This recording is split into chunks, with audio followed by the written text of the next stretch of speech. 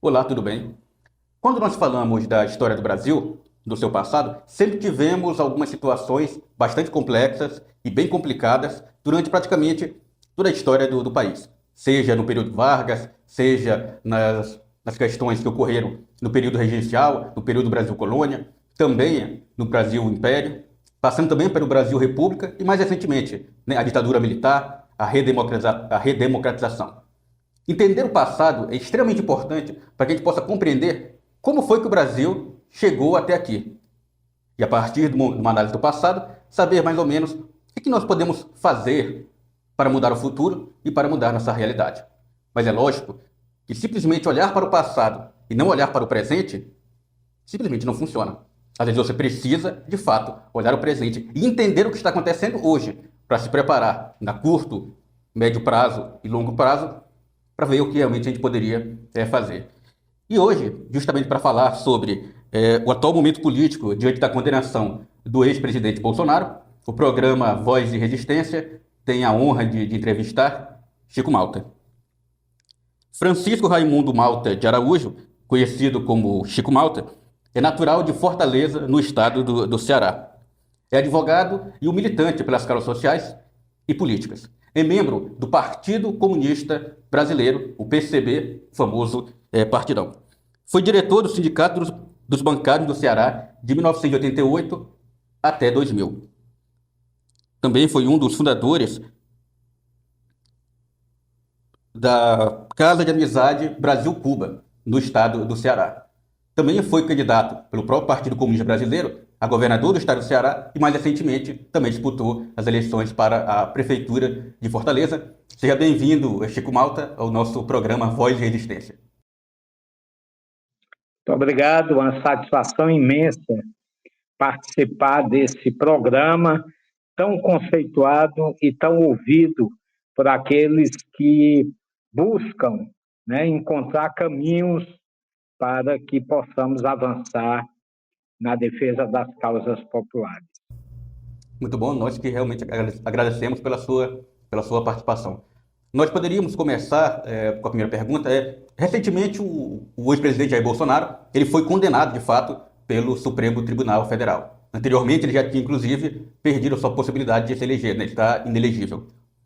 Pouco tempo depois da condenação do Bolsonaro, a Câmara dos Deputados tentou protocolar uma PEC, um projeto de emenda constitucional, conhecido como PEC da blindagem, que praticamente impediria que qualquer político brasileiro, né, no caso os deputados ou senadores, pudessem ser investigados pelo Supremo Tribunal Federal, que poderia realmente acarretar numa situação em que os políticos praticamente se tornariam intocáveis. Se hoje é difícil condená-los, né? Imagine se de fato ficassem intocáveis. Após isso, houve manifestações nas ruas, né, principalmente a esquerda unida, foram para as ruas para impedir que isso acontecesse. E, recentemente, a CCJ do Senado enterrou essa PEC da blindagem. Eu gostaria de saber de você, como é que você analisa essa relação atual, onde às vezes você condena o Bolsonaro, né, onde você tem ali os deputados tentando fazer uma anistia, tentando fazer uma PEC da blindagem, as pessoas vão para a rua, né, o Senado aí contra a Câmara, digamos assim, né? Como é que você vê esse cenário político meio que bagunçado e caótico no Brasil?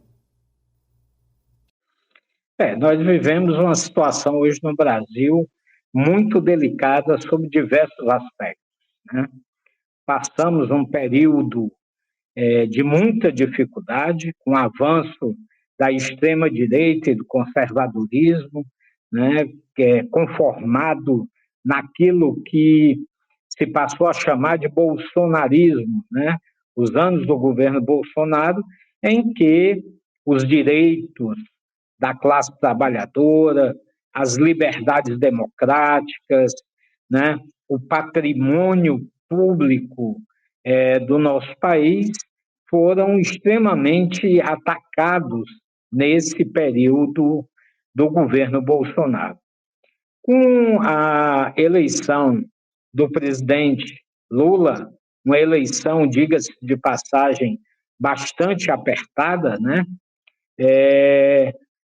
Começa a se investigar, né, mais uma tentativa de golpe, que foi o 8 de janeiro, que todos assistiram pela televisão. Ou seja, a extrema-direita, o Bolsonaro, o Centrão, inconformados com a derrota eleitoral, caminham, então, para uma tentativa de golpe, né? E isso daí derivou na prisão de centenas de pessoas, né? E depois se passou a investigar, né?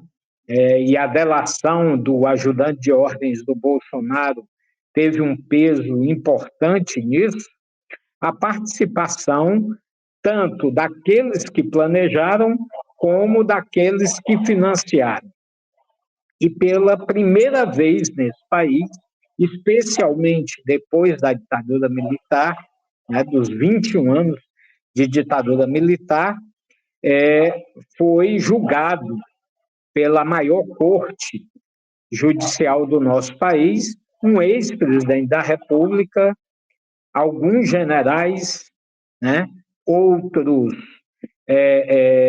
de alta patente, e foram condenados por essa tentativa de golpe, né? Isso, como era de se esperar, criou uma situação extremamente conflituosa, né? Especialmente porque também nos Estados Unidos é eleito um presidente, Donald Trump, que vem dessa tradição conservadora de extrema-direita, hoje o maior líder, né, dos setores conservadores mundiais, em meio a uma crise, né, que passa os Estados Unidos. Crise essa que ela é derivada de uma perda, né, de influência geopolítica dos Estados Unidos, uma perda de mercados na medida em que outros blocos se conformam para poder superar, ultrapassar, passar por essa crise que o sistema capitalista está enfrentando, né? Então se conformam outros blocos econômicos e, obviamente, isso tira dos Estados Unidos o seu poderio e a sua influência. Então, o Brasil ele vira um alvo, né, dos Estados Unidos e do governo Trump por alguns motivos. Primeiro, a sua posição geográfica. O maior país da América do Sul, né, 8 milhões e 500 mil quilômetros quadrados de costa, né, de território no nosso país, né? Uma população também bastante significativa, ou seja, um mercado consumidor bastante significativo, né? E a influência que o Brasil exerce sobre os outros países da América do Sul, especialmente através do Mercosul e através de outros organismos, né, regionais que existem. Em segundo lugar, o fato do Brasil ser um dos países do BRICS, inclusive exercendo a presidência do BRICS, né, uma mudança da balança comercial brasileira, onde os Estados Unidos deixam de ser o principal parceiro dessa balança comercial. Então, quer dizer, o Brasil vira um alvo de chantagens, né, econômicas, políticas, algumas completamente descabidas, como a aplicação dessa lei Magnitsky sobre autoridades brasileiras, e tentando impor uma decisão, né, extraterritorial, chantageando o Supremo Tribunal Federal para poder não levar à frente os processos contra o Bolsonaro, né? Temos um Congresso extremamente promíscuo, né? Um Congresso do toma lá, dá cá, que acabou dando um tiro no pé, né, com a aprovação da PEC da blindagem, que fez com que fosse a gota d'água para que o povo voltasse às ruas e mostrasse a sua indignação. O Senado, ele sepulta e arquiva essa PEC não é por outro motivo, é porque sentiu a pressão das ruas. E aí está o segredo da questão. Chico, você trouxe aí a questão dos golpistas do Rio de Janeiro também, né? Que fizeram aquela bagunça, aquela destruição na Praça dos Três Poderes em Brasília. E tem uma situação política que já se arrasta desde aquelas condenações daquelas pessoas, né? Que é a famosa lei da anistia. A diretiva de anistiar, de fato, aquelas pessoas que invadiram e depredaram o Supremo Tribunal Federal, né? O Palácio do Planalto. E recentemente, com a condenação do Bolsonaro, inclusive de altos cargos das Forças Armadas, né? Você acredita que há alguma possibilidade da extrema-direita, de fato, passar uma lei de anistia geral e restrita, que possa pegar tanto aqueles vândalos do 8 de janeiro, quanto o Bolsonaro e seus seguidores? Ou você acredita que possa, de fato, ser feita uma anistia só para aqueles que, de fato, fizeram o vandalismo de janeiro, mas deixando o Bolsonaro de fora? Você vê alguma possibilidade? Como é que você vê essa questão dos próximos passos dessa tentativa de aprovar o PL da anistia? Olha, no nosso país tudo é possível, inclusive nada, parafraseando já o poeta, né? Mas após o 21 de setembro, agora, as manifestações massivas e expressivas do 21 de setembro, agora as condições políticas para levar à frente essa PEC da anistia, elas se reduziram significativamente, né? Tanto é que eles buscam agora uma alternativa, né? Que seria uma redução de pena, coisas que, mas a anistia da maneira que estava dado, né? Da maneira que o PL está colocando, essa eu não acredito que ela terá condições de ser levada à frente, né? Até porque a direita, o setor da direita e da extrema-direita no bloco conservador, eles meteram muitos pés pelas mãos, né? Eles criaram muitas frentes de conflitos, né? Com setores também conservadores.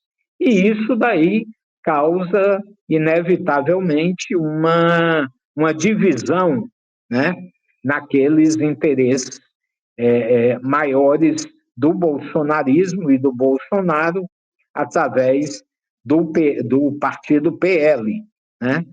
Então, agora, a classe trabalhadora, as camadas populares, os sindicatos, né? Os movimentos sociais e populares nesse país, né? Os movimentos democráticos não podem, em momento algum, se descuidar, se descuidar.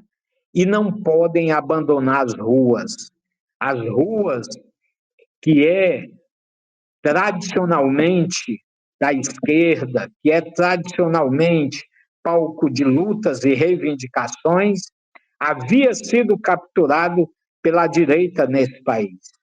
E o 21 de setembro agora foi um divisor de águas e não podemos permitir que eles voltem até as ruas como o seu palco, e sim a classe trabalhadora, as periferias, os negros, os indígenas, todos aqueles que lutam contra a retirada de direitos e por direitos, né?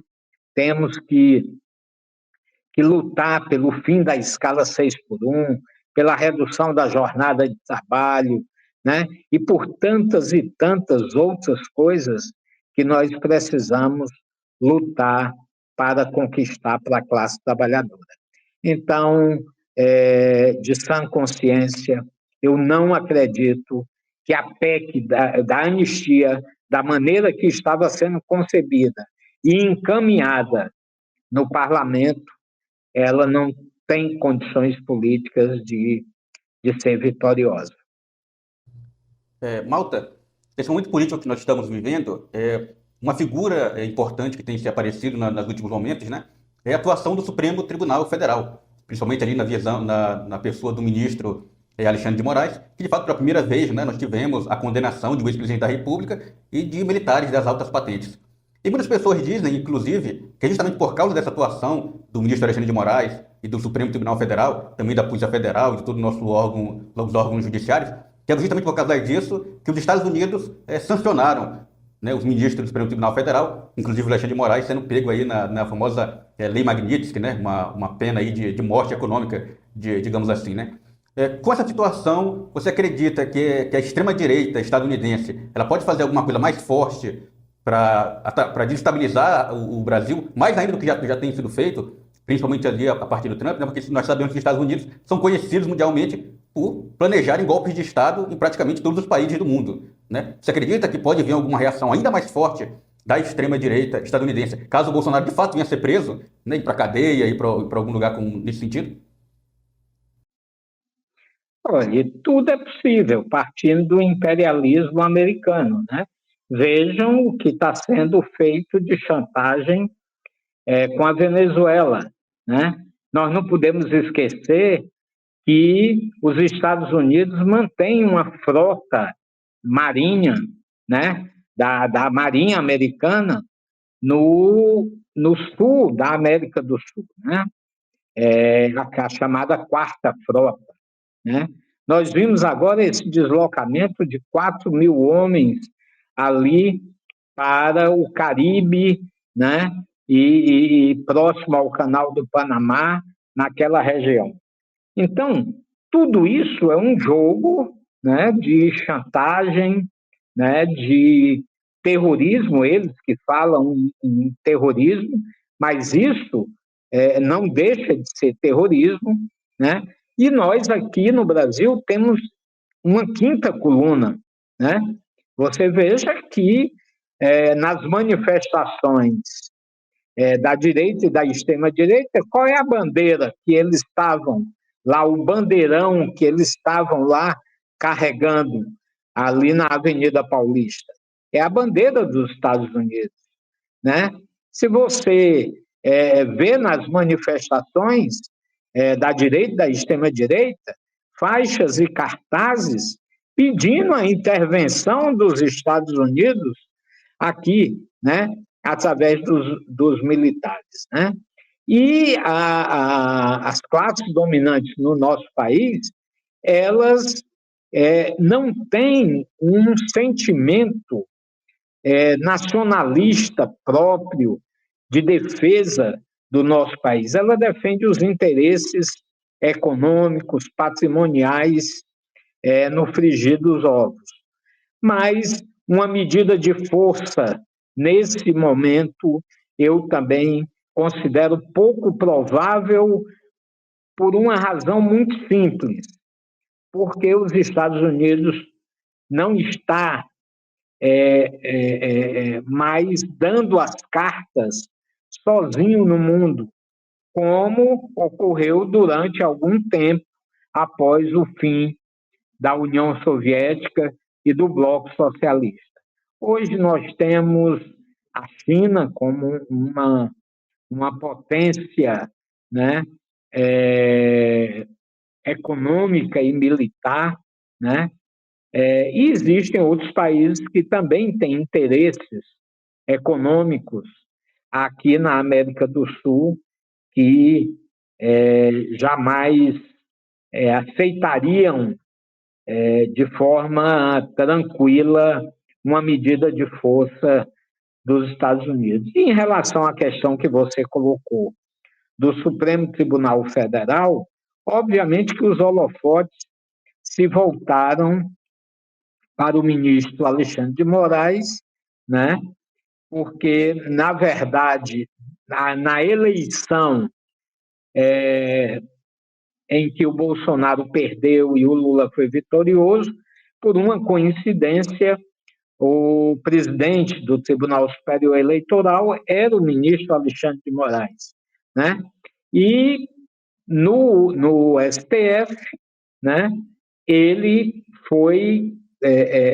passou a ser o relator, né, da ação penal sobre o 8 de janeiro. Então, os holofotes se voltaram sobre ele, né?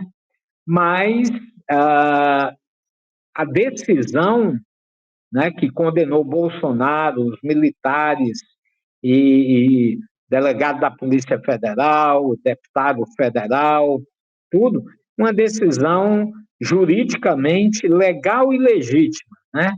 Porque, inclusive, foi uma decisão colegiada, né? Uma decisão colegiada da primeira turma, em que a maioria dos ministros, tendo ficado numa posição completamente isolada, apenas o ministro Fux, mas os outros acompanharam o relator. Chico Malta, com a coordenação do Bolsonaro, ele inclusive já está inelegível, você acredita que o Bolsonaro teria alguma força política para de fato articular alguém que realmente possa substituir ele e de fato ganhar as eleições para a presidência da República nas próximas eleições? Porque de fato, quando a gente viu que o Lula foi preso, né?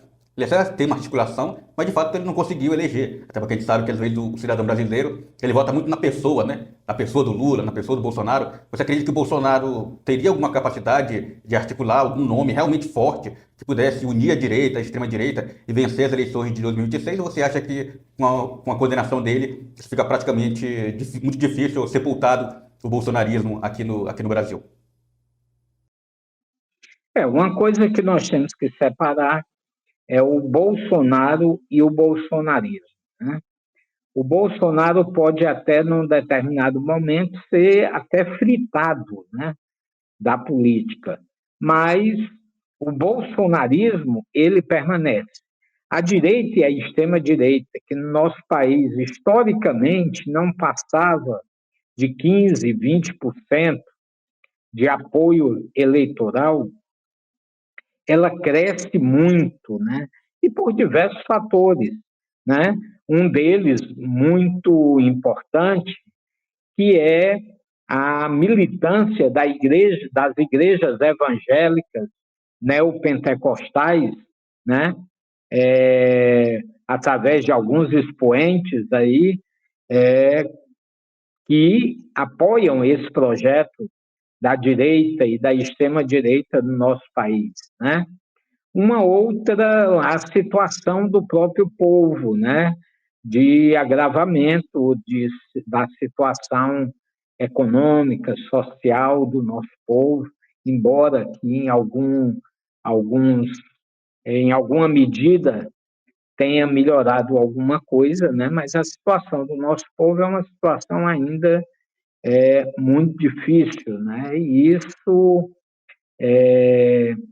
produz uma saída, geralmente pelos setores mais conservadores, né, que tem um discurso fácil no sentido de ser um discurso populista, né? Uma outra coisa é que nós do PCB temos falado muito sobre isso, é que o presidente Lula e o governo, ele não pode apostar suas fichas todas na luta puramente institucional, né, de confiança nesse Congresso, que eu já disse, é um Congresso promíscuo, né, e se apoiar na força das ruas, se apoiar na força da mobilização popular, não desarmar politicamente o povo. Então, hoje ainda não é uma situação dada, não existe, tem vários candidatos querendo se credenciar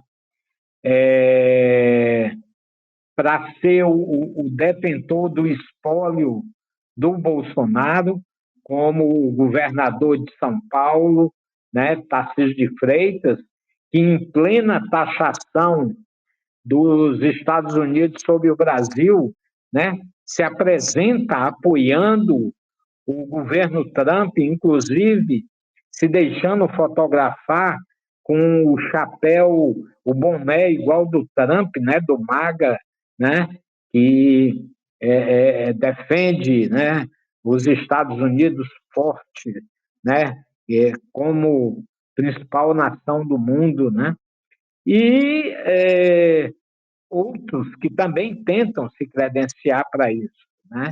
O próprio clã Bolsonaro, né, esse rapaz que está aí nos Estados Unidos, né, ele tem o sonho, né, de ser o sucessor político do Bolsonaro, no caso do Bolsonaro não podendo concorrer, o que de fato não vai poder, porque está inelegível não por essa condenação do STF, mas por outras condenações já transitadas em julgado pelo Tribunal Superior Eleitoral. Então ele também tenta se credenciar para isso, né? Obviamente que os setores de centro-direita, né, do centrão, tudo, vão buscar alternativas. Então, é muito cedo para nós afirmarmos algo de maneira taxativa, né? Há uma disputa hoje na sociedade, né? E temos que ver a conjuntura no Brasil, ela está tão dinâmica que de manhã você analisa de uma maneira, à tarde, às vezes, você tem que incluir outros elementos na discussão da conjuntura. E aproveitando que você está falando sobre essa questão do Brasil, né? Que a gente acorda com uma notícia, à tarde já é outra, e de noite já mudou completamente as coisas, né? Aproveitando também que você tem uma formação aí no direito, né? Já que você é um advogado e é militante. Eu gostaria que você explicasse para a nossa audiência o que seria essa famosa PEC da blindagem, né? Essa famosa PEC da bandidagem que foi tentada, que os deputados tentaram passar na Câmara de Deputados, mas que o Senado derrubou. O que seria essa PEC? Por que ela foi protocolada? Quais são os seus objetivos? Quais são os problemas que ela traz? E se você acredita que na próxima legislatura essa PEC pode até ser ressuscitada? Porque, como você falou, né, no Brasil tudo é possível, né? É capaz até de na próxima legislatura ser a primeira coisa que os deputados ou senadores tragam de volta das sombras, né, do Senado ou mesmo da Câmara. Essa PEC, ela era uma tentativa, né, dos deputados que estão até o pescoço, por exemplo, envolvidos com desvios de recursos, as chamadas emendas PIX, né? A corrupção é algo que é da essência do capitalismo e desses parlamentares, né, que aí estão, né, totalmente venais, totalmente aproveitadores do dinheiro público em benefício próprio e das suas famílias, dos seus grupos políticos, né? Muitas vezes, ou na maioria das vezes, em detrimento aos interesses do povo, né?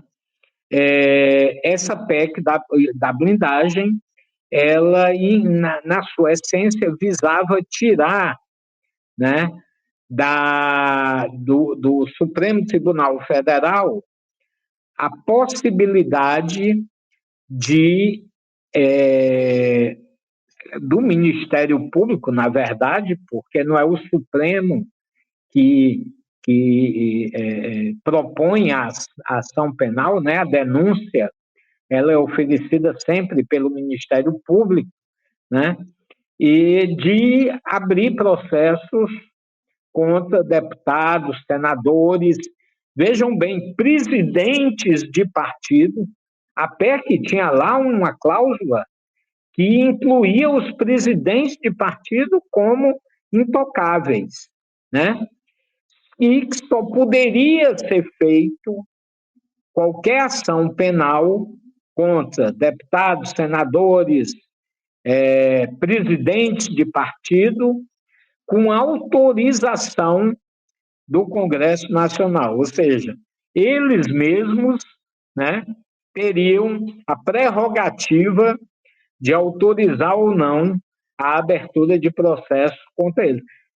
Sem contar uma série de outros penduricalhos, né, que protegia, por isso que foi chamado PEC da blindagem, né, que criava uma verdadeira blindagem e proteção a esses deputados, né, enquanto estivessem no exercício do mandato, né, para não sofrerem punições, né?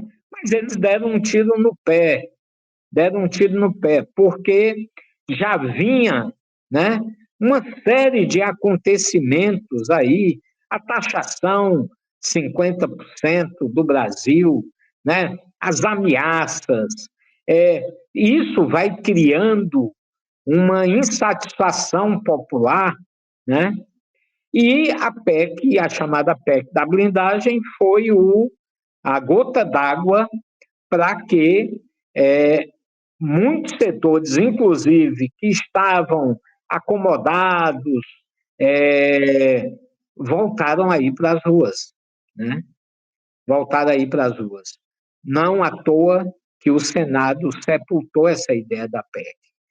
Numa outra legislatura, né, ela pode vir com outra roupagem, tudo, mas para isso tudo tem que ter condições políticas, né, para poder levar à frente uma medida, né, uma proposta de emenda constitucional, quer dizer, algo que entraria na nossa Constituição, né, para proteger apenas um setor da sociedade, que seriam esses deputados, senadores, presidentes de partido e outros que estavam incluídos nessa excrescência, nesse absurdo que era essa PEC.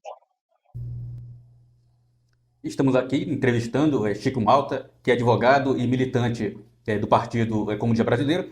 Uma outra pergunta que eu gostaria de fazer a você, Malta. Você fala muito sobre a questão das manifestações, que o pessoal realmente já foi para a rua. Na sua avaliação, em que medida o povo ir para a rua, ter grandes manifestações populares, como aconteceu aí na Avenida Paulista, como aconteceu provavelmente em Fortaleza, também aconteceu aqui na capital do Maranhão, São Luís, em que medida essas manifestações são importantes para que, de fato, pautas como a PEC da blindagem, de fato, sejam sepultadas, né? Você realmente acredita que a mobilização popular nas ruas, ela tem algum efeito na política? Ela realmente deve ocorrer cada vez mais no nosso país?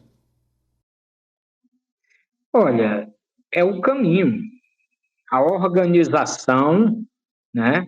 A luta, as reivindicações, a defesa de direitos, o debate na sociedade, né? É fundamental, né?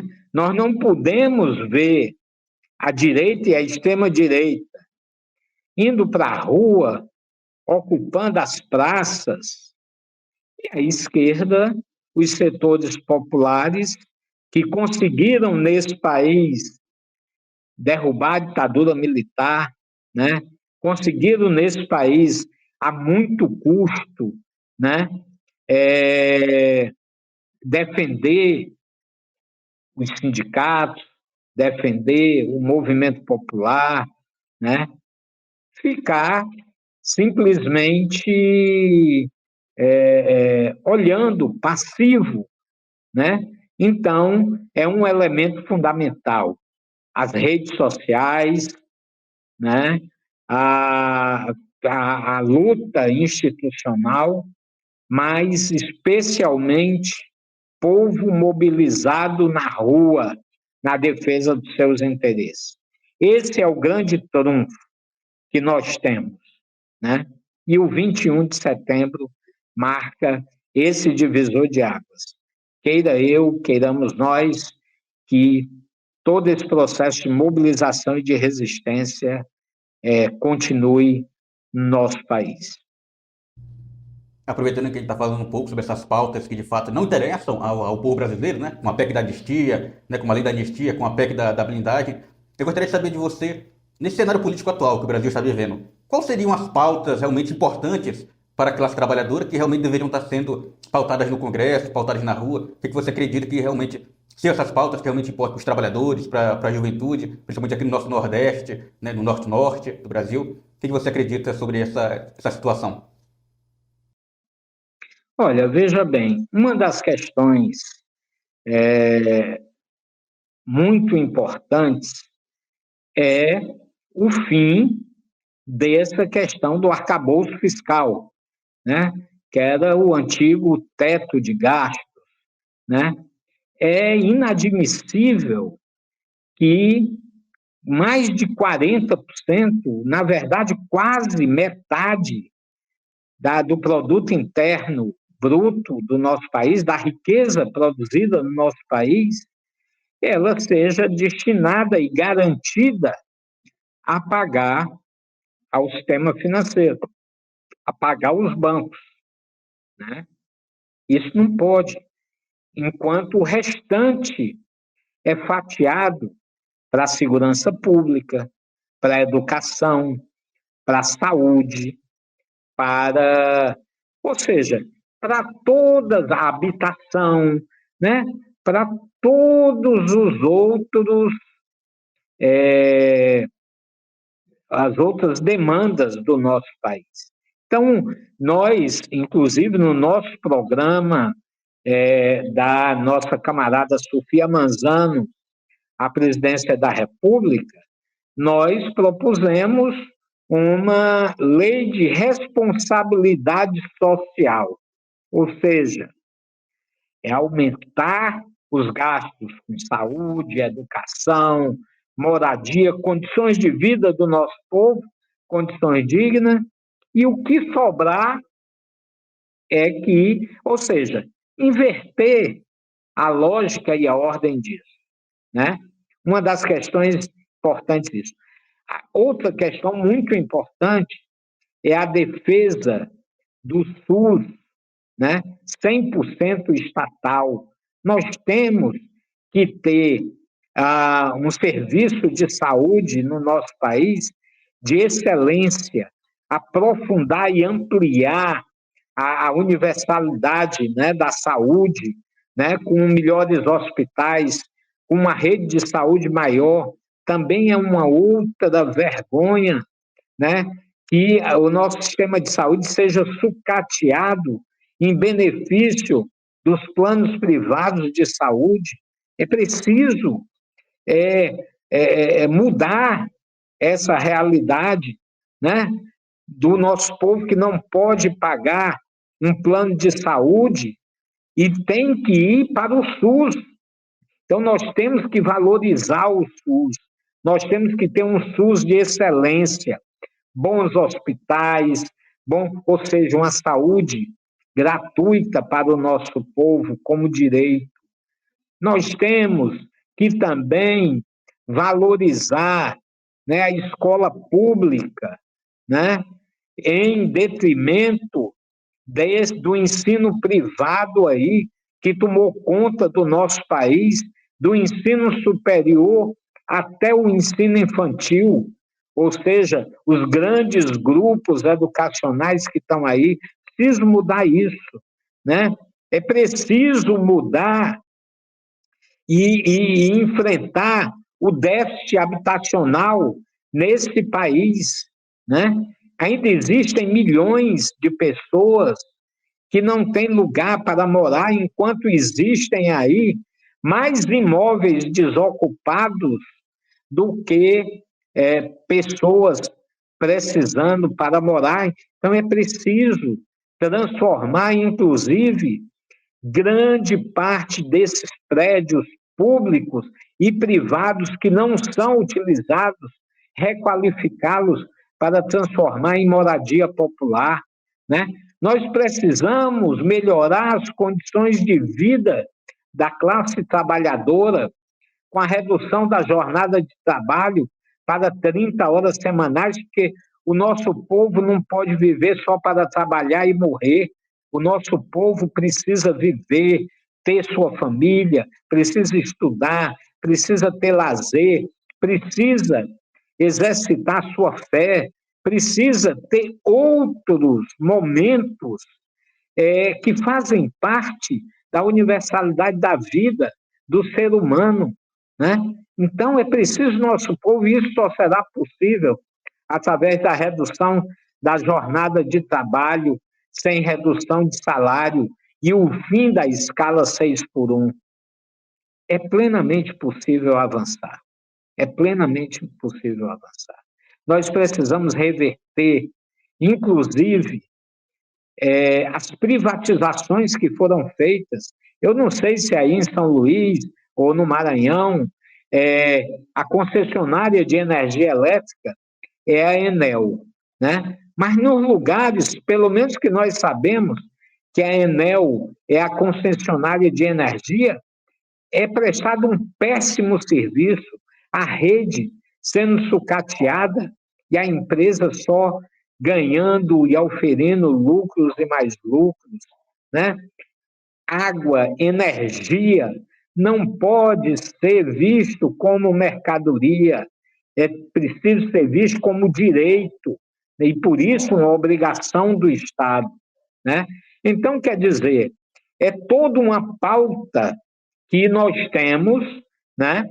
E que essa pauta ela tem que ser apropriada cada vez mais por mais setores da classe trabalhadora, dos movimentos sociais, dos movimentos populares, né? Da igreja, né? Dos mais amplos setores democráticos desse país, para nós termos melhores condições de vida para o nosso povo, principalmente o povo que vive nas periferias, que vive nas favelas, nas palafitas, que vive sofrendo, né? Como se fossem muitas vezes animais.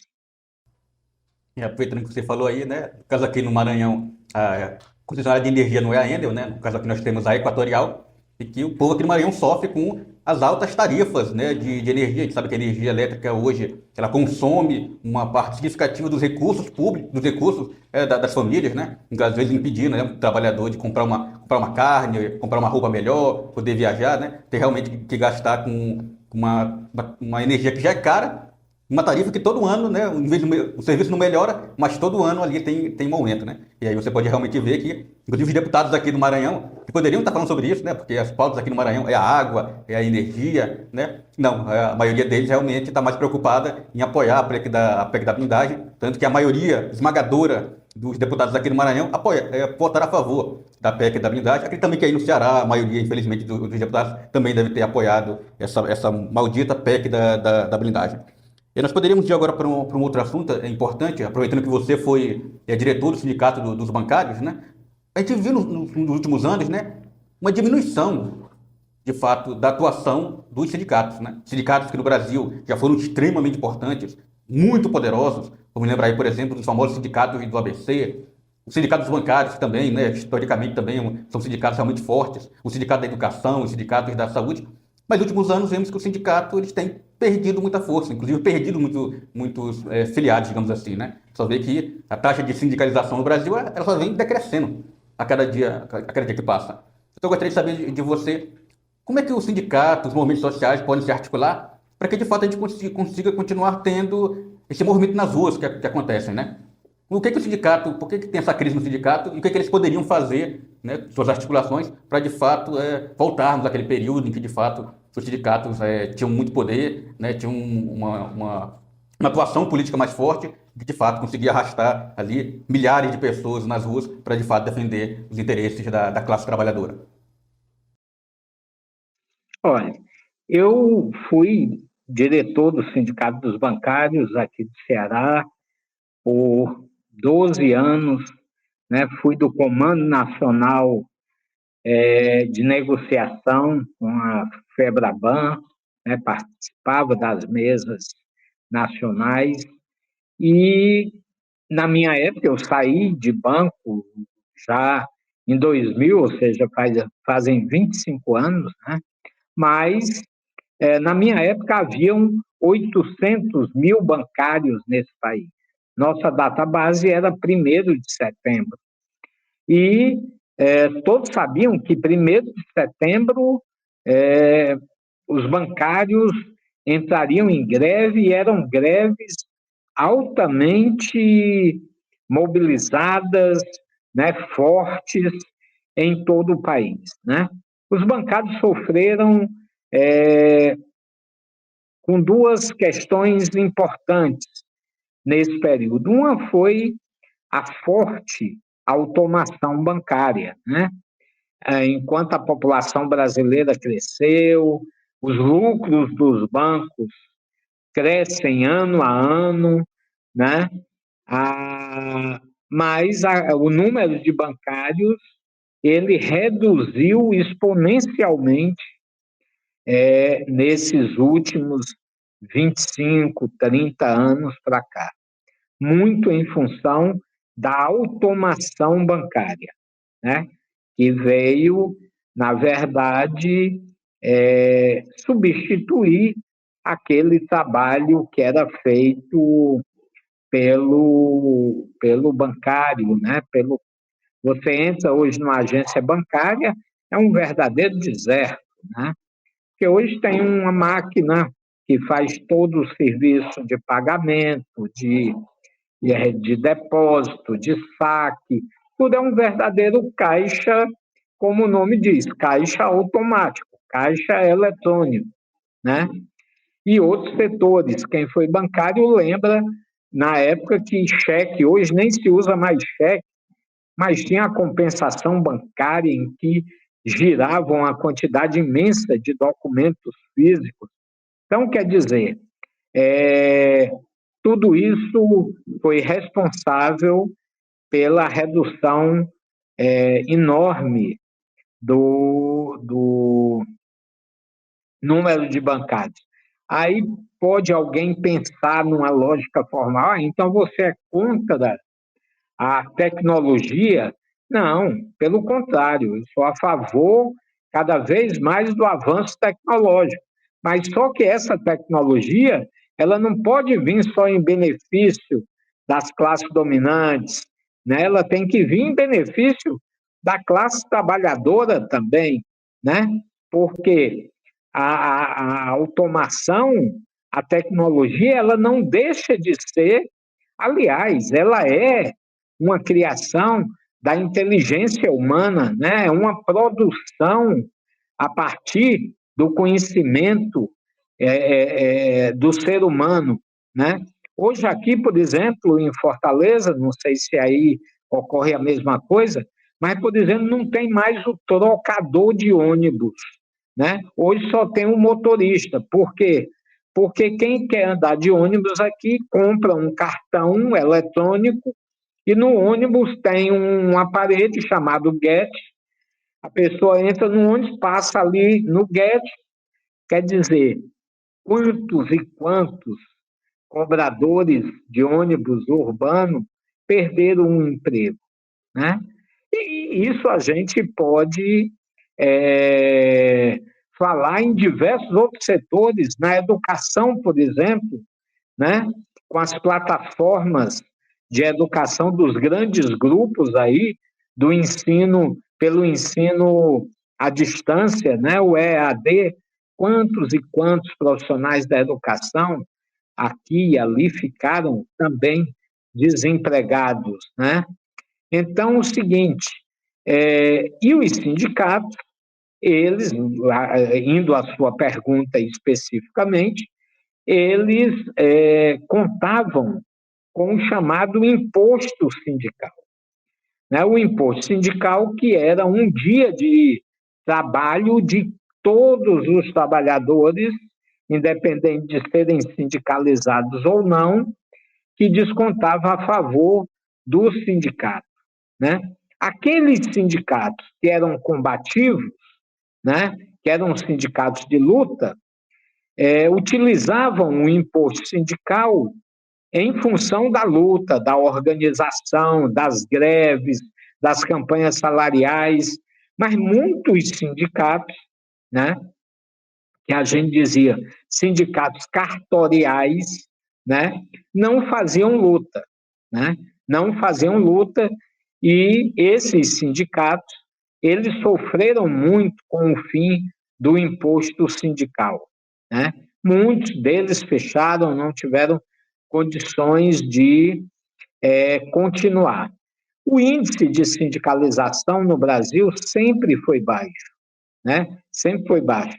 Tem caído, né? tem caído, muito, inclusive, em função de novas formas de trabalho. Por exemplo, a uberização, né? A terceirização. Hoje você tem os trabalhadores na área de TI, por exemplo, que trabalham aqui no Brasil, trabalham às vezes numa cidade do interior, mas o empregador deles está lá nos Estados Unidos, está lá no Canadá, está lá na Europa, né? Então, isso também gerou uma desorganização nas formas tradicionais de organização dos sindicatos, né? Então, tem muitos fatores em que certamente todos estão se debruçando sobre essas novas formas de organização do trabalho para nós superarmos, né? Não há problema que se coloque que ele não tenha a sua solução contida já nele. É uma questão de tempo e de reanimação do movimento sindical brasileiro. Por quê? Porque ninguém aguenta só perder, né? Nós temos que voltar a lutar para ganhar novamente, conquistar direitos novamente. Então, mais uma vez, nós voltamos à fórmula simples, que é a organização e a luta. Estamos aqui entrevistando, né, Chico Malta, militante do Partido Comunista Brasileiro, né, advogado, né, e realmente poderíamos aqui passar horas e horas falando sobre esses assuntos, mas infelizmente o nosso tempo vai se dividindo, né? Nós temos que agradecer o Chico Malta e eu gostaria que ele respondesse apenas em 2 minutos, por assim dizer, né? Você que foi candidato a governador, candidato a prefeito e é membro do Partido Comunista Brasileiro, eu gostaria de saber o que o Partido Comunista Brasileiro, PCB, vai fazer nas eleições de 2026? Como é que o Partido Comunista, como é que a militância comunista deve agir nas eleições de 2026 frente à polarização, frente ao bolsonarismo, frente a essa extrema-direita que está nas ruas? Olha, primeiro nós temos que dizer, tirar uma mística que tem que o Partido Comunista é só do contra, do contra, do contra. Não, nós temos um projeto de sociedade. Nós temos um programa máximo e um programa mínimo, né? E eu aqui citei vários ingredientes desse programa, né? O PCB terá candidato à presidência da República, né? Terá candidato a governo em diversos estados do nosso país. Por quê? Porque numa eleição, no modelo brasileiro de 2 turnos, né? O primeiro turno ele deve ser feito para que as pessoas possam, e os partidos e as organizações, possam apresentar as suas propostas. Agora, a luta é muito desigual, enquanto alguns partidos têm milhões e milhões, outros não recebem absolutamente nada, como é o PCB. Mas, como diz, nós somos a Fênix Vermelha, um partido de 103 anos que não arreda o pé da luta pelo socialismo, pelo poder popular. Desses 103 anos, esse ano eu completarei 46 anos de membro do Partido Comunista Brasileiro, com muito orgulho, com muita garra, com muita vitalidade para lutar pelos interesses históricos e imediatos do nosso povo. Obrigado, do Chico Malta. Então, essa foi a entrevista aqui do programa Voz de Resistência com o advogado e militante do Partido Comunista Brasileiro, Chico Malta. Convido vocês a curtirem e a compartilharem esse programa, o programa Voz de Resistência, o único programa que, de fato, você vai ver os assuntos da classe trabalhadora, de fato, sendo debatidos. Não só do Maranhão, mas principalmente também do Brasil. Obrigado pela audiência de vocês e possivelmente venha aí o próximo episódio do programa Voz de Resistência.